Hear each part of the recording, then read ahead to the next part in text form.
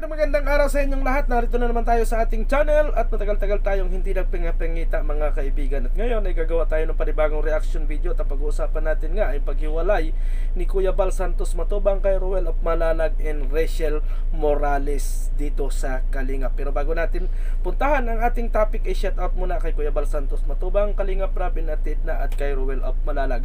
At ganoon din po sa lahat ng ating mga viewers, kay Ate Mystica, Jessa Bicolana and Ate B Considerate. Happy New Year sa inyong lahat. So dumako na tayo mga kaibigan doon sa ating tatalakayin na pagtatanggal o pag-alis nga o paghiwalay ni Kuya Bal Santos Matubang dito kay Ruel of Malalag.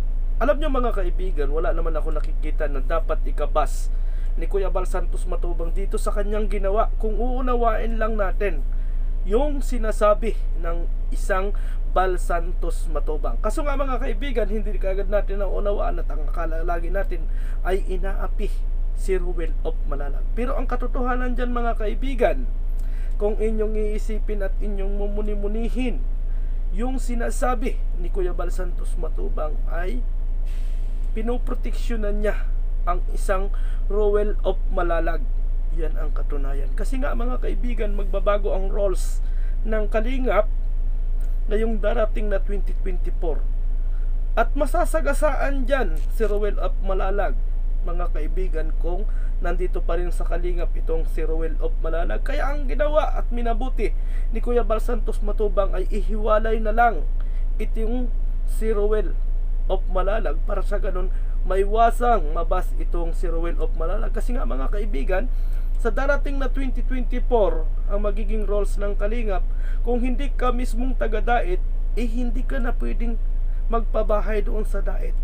Samantalang si Ruel of Malalag mga kaibigan, nandyan nga si Rachel at tandem talaga sila. So hindi may iwasan mga kaibigan na magpabahay pa rin si Ruel dyan sa dait. Kaya mababas at mababas itong si Ruel of Malalag.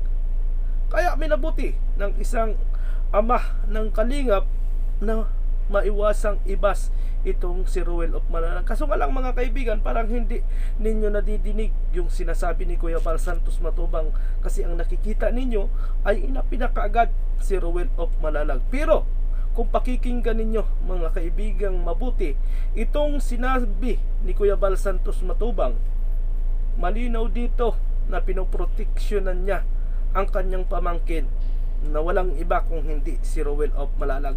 Tara mga kaibigan at panoorin natin para mas malinaw sa inyo at muni-munihin natin pari-pariho kung dapat bang ibas itong si Bal Santos Matubang sa kanyang ginawa na paghiwalay kay Ruel of Malalag and Rachel Morales. Tara, panoorin natin ito.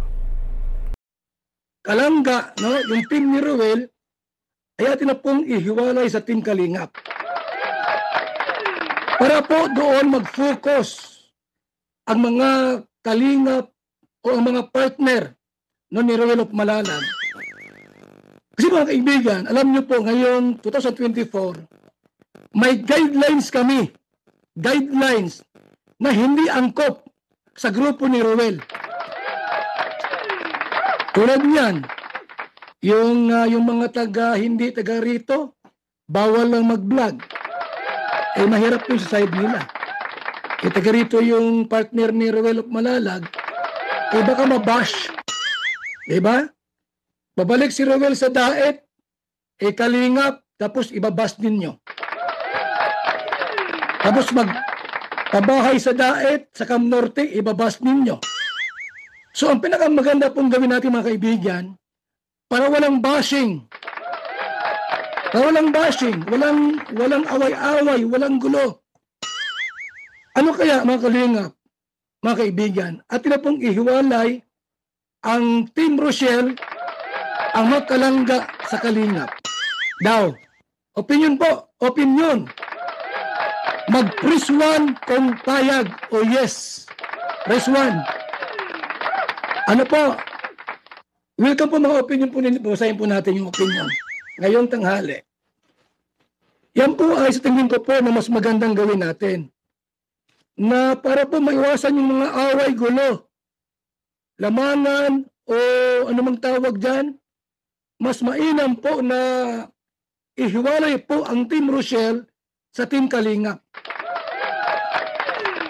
Para focus sila sa programa nila. Agawa si Ruel po ng kanyang sariling guidelines.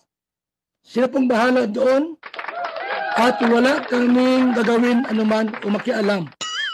Ngayon po, kung may problema si Ruel doon, pwede akong tumulong. Halimbawa, tungkol sa mga legal matters, nagka-problema sa ganito, pwede akong kontakin, pamangkin ko naman yan. Diba?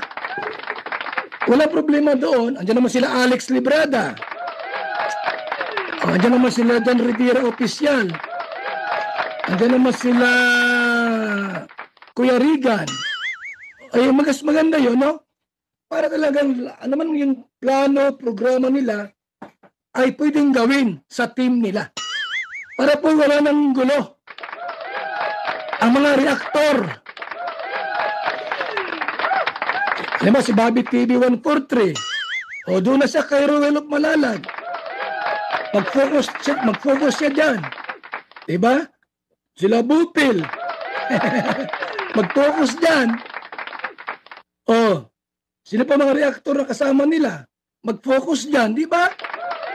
So, kung meron mang gugulo, wala na. Wala nang gugulo po. Iyan ang isa po sa magandang gawin po natin para tahimik at wala kayong away at gulo.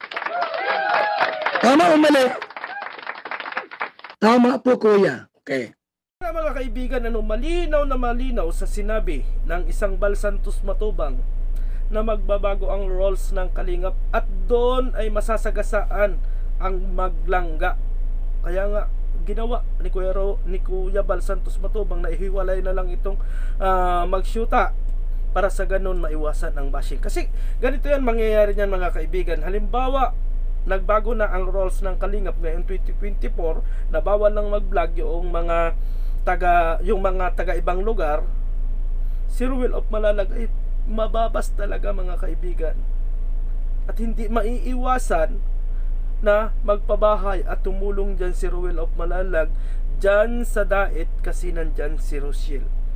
Oh, ano ba ang ikakabas ni Kuya Bal Santos Matubang dito? Dapat mga kaibigan, pahabain natin yung pangunawa natin bago natin husgahan ang isang Bal Santos Matubang. Masasakit yung mga sinasabi ninyo about kay Bal Santos Matubang pero hindi nyo iniisip mga kaibigan na concern ang isang Bal Santos Matubang kay Ruel of Malalag.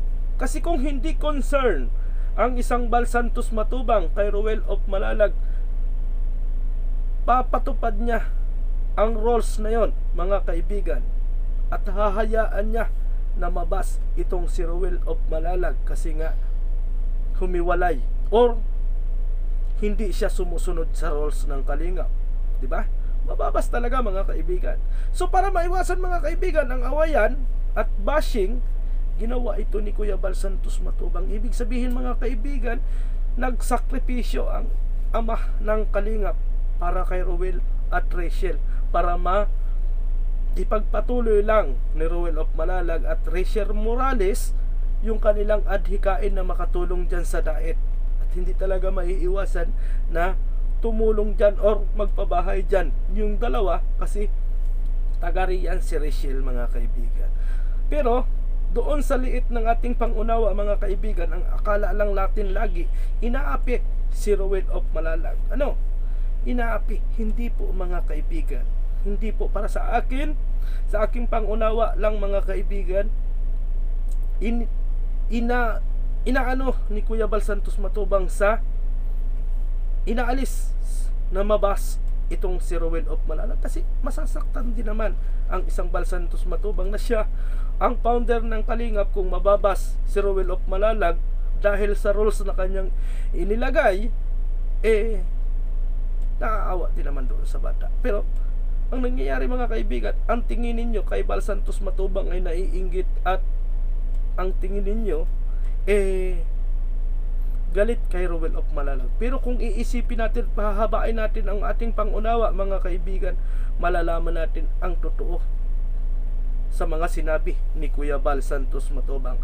Ganun pa man, mga kaibigan, sana respetuhin natin ang desisyon ni Kuya Bal Santos Matubang, at sana, mga kaibigan, wala nang away, wala nang bashing, kasi 2024 na. So maraming salamat sa inyong lahat, and happy New Year again, and thank you sa inyong lahat. See you next year.